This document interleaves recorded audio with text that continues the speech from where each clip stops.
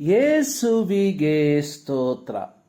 ಇಂದು 6 August 2025. ಎಲ್ಲರಿಗೂ ಶುಭೋದಯ.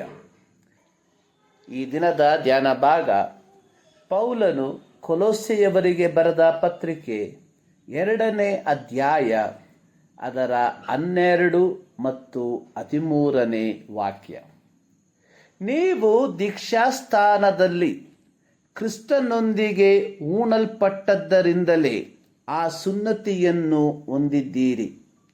ಇದಲ್ಲದೆ ಆತನನ್ನು ಸತ್ತವರೊಳಗಿಂದ ಎಬ್ಬಿಸಿದ ದೇವರ ಸಾಮರ್ಥ್ಯದಲ್ಲಿ ನಂಬಿಕೆ ಇಡುವುದರ ಮೂಲಕ ಅದರಲ್ಲಿ ಆತನ ಕೂಡ ಎದ್ದು ಬಂದೀರಿ. ಅಪರಾಧಗಳನ್ನು ಮಾಡುವುದರಿಂದಲೂ ಸುನ್ನತಿ ಇಲ್ಲದ ಶರೀರ ಭಾವದಿಂದಲೂ ಸತ್ತವರಾಗಿದ್ದ ನಿಮ್ಮನ್ನು ಸಹ ದೇವರು ಕ್ರಿಸ್ತನೊಂದಿಗೆ ಬದುಕಿಸಿದ್ದಾನೆ. ಹೊಸ ಒಡಂಬಡಿಕೆಯ ಸುನ್ನತಿ ಅಥವಾ ಕ್ರಿಸ್ತೀಯ ಸುನ್ನತಿ ಅನ್ನುವಂಥದ್ದು ಯೇಸು ಹುಟ್ಟಿದ 8ನೇ ದಿನದಲ್ಲಿ ಆತನಿಗಾದ ಸುನ್ನತಿ ಎಂಬ ಅರ್ಥವಲ್ಲ.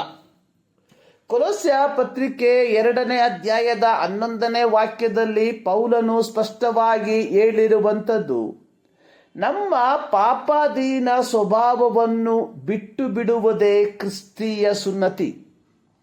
ಹಳೆಯ ಒಡಂಬಡಿಕೆಯಲ್ಲಿ ಸುನ್ನತಿಯು ದೇವರು ಅಬ್ರಹಾಮನೊಂದಿಗೆ ಮಾಡಿಕೊಂಡ ಒಡಂಬಡಿಕೆಯ ಬಾಹ್ಯ ಗುರುತಾಗಿದ್ದರೆ, ಹೊಸ ಒಡಂಬಡಿಕೆಯಲ್ಲಿ ಯೇಸುವನ್ನು ಕರ್ತನೆಂದು ಬಾಯಿಂದ ಅರಿಕೆ ಮಾಡಿಕೊಂಡು ದೇವರು ಆತನನ್ನು ಸತ್ತವರೊಳಗಿಂದ ಎಬ್ಬಿಸಿದನೆಂದು ಹೃದಯದಿಂದ ನಂಬಿ ದೀಕ್ಷಾಸ್ಥಾನದ ಮೂಲಕ ಅದನ್ನು ಬಹಿರಂಗಪಡಿಸುವಂಥದ್ದಾಗಿದೆ ಕ್ರಿಸ್ತೀಯ ಸುನ್ನತಿ. ಪೌಲನು ಕೊಲೊಸ್ಸೆ ಸಭೆಯ ದೇವಜನರಿಗೆ ಹೇಳುವಂಥದ್ದು, ದೀಕ್ಷಾಸ್ಥಾನದ ಮೂಲಕ ನೀವು ನಿಜವಾದ ಸುನ್ನತಿಯನ್ನು ಹೊಂದಿಕೊಂಡಿದ್ದೀರಿ.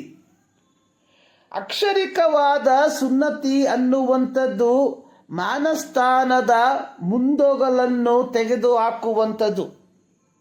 ಇದೇ ಹಳೆಯ ಒಡಂಬಡಿಕೆಯ ಭಾಗದಲ್ಲಿ ಯೆಹೋವನು ಪ್ರವಾದಿಯಾದ ಯೆರೆಮ್ಯನ ಮೂಲಕ ಇಸ್ರಾಯೇಲ್ಯರಿಗೆ ಎಚ್ಚರಿಕೆ ಪಡಿಸಿದ್ದು.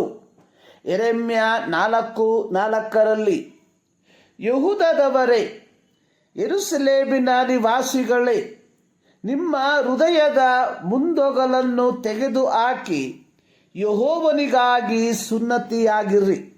ಇದೇ ಯೆರೆಮ್ಯನ ಪ್ರವಾದನ ಗ್ರಂಥ 9ನೇ ಅಧ್ಯಾಯದ 26ನೇ ವಾಕ್ಯದಲ್ಲಿ ಬರೆದಿರುವಂಥದ್ದು, ಎಲ್ಲ ಇಸ್ರಾಯೇಲ್ ವಂಶದವರು ಹೃದಯ ಸುನ್ನತಿ ಇಲ್ಲದವರು ಎಂದು ಯೆಹೋವನು ಅನ್ನುತ್ತಾನೆ ಎಂಬುದಾಗಿ.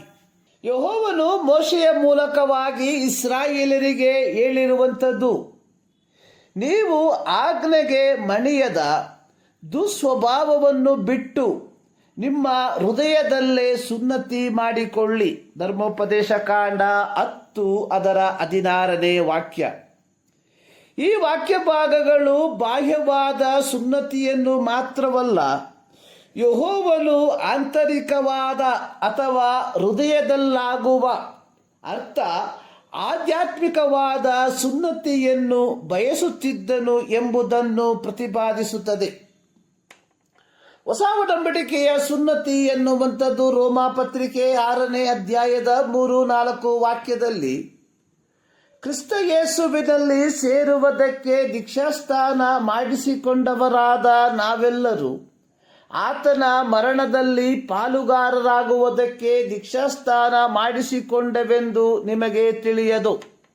ಇದೇ ವಿಚಾರವನ್ನು ಪೌಲನು ಕೊಲೊಸ್ಸೆ ಸಭೆಯ ದೇವಜನರಿಗೆ ಹೇಳಿರುವಂಥದ್ದು. ಕ್ರಿಸ್ತ ಯೇಸುವಿನ ಮೂಲಕ ಮರಣಕ್ಕೆ ಸದೃಶವಾದ ಮರಣವನ್ನು ಹೊಂದಿ ಪಾಪಾಧೀನ ಸ್ವಭಾವವನ್ನು ವಿಸರ್ಜಿಸಿ ಕ್ರಿಸ್ತನು ಸತ್ತು ತಂದೆಯ ಮಹಿಮೆಯಿಂದ ಜೀವಿತನಾಗಿ ಎಬ್ಬಿಸಲ್ಪಟ್ಟಂತೆಯೇ ನೀವು ಕೂಡ ಎದ್ದು ಬಂದು ಹೊಸಬರಾಗಿ ನಡಕೊಳ್ಳಬೇಕು.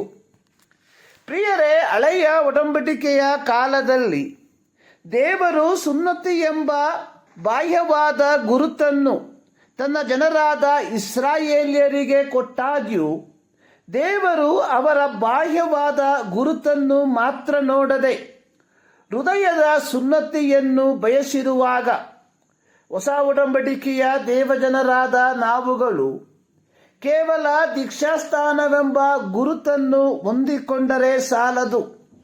ನಮ್ಮ ದೈನಂದಿನ ಜೀವಿತದಲ್ಲಿ ನಾವು ಹೊಸತನದಲ್ಲಿ ಅಂದರೆ ದೈವಿಕತೆಯಲ್ಲಿ ನಡೆಯುವಂಥವರಾಗಿರಬೇಕೆಂದು ಕರ್ತನು ಬಯಸುತ್ತಾನೆ. ನಮ್ಮ ನಡತೆ ಕೇವಲ ಬಾಹ್ಯವಾದ ಗುರುತಿನೊಂದಿಗೋ ಅಥವಾ ಆಧ್ಯಾತ್ಮಿಕವಾದ ಗುರುತಿನೊಂದಿಗೋ ಈ ಮುಂಜಾನೆಯಲ್ಲಿ ಸರ್ವಶಕ್ತನಾದ ದೇವರು ಈ ಮಾತುಗಳ ಮೂಲಕ ನಿಮ್ಮನ್ನು ಆಶೀರ್ವದಿಸಲಿ.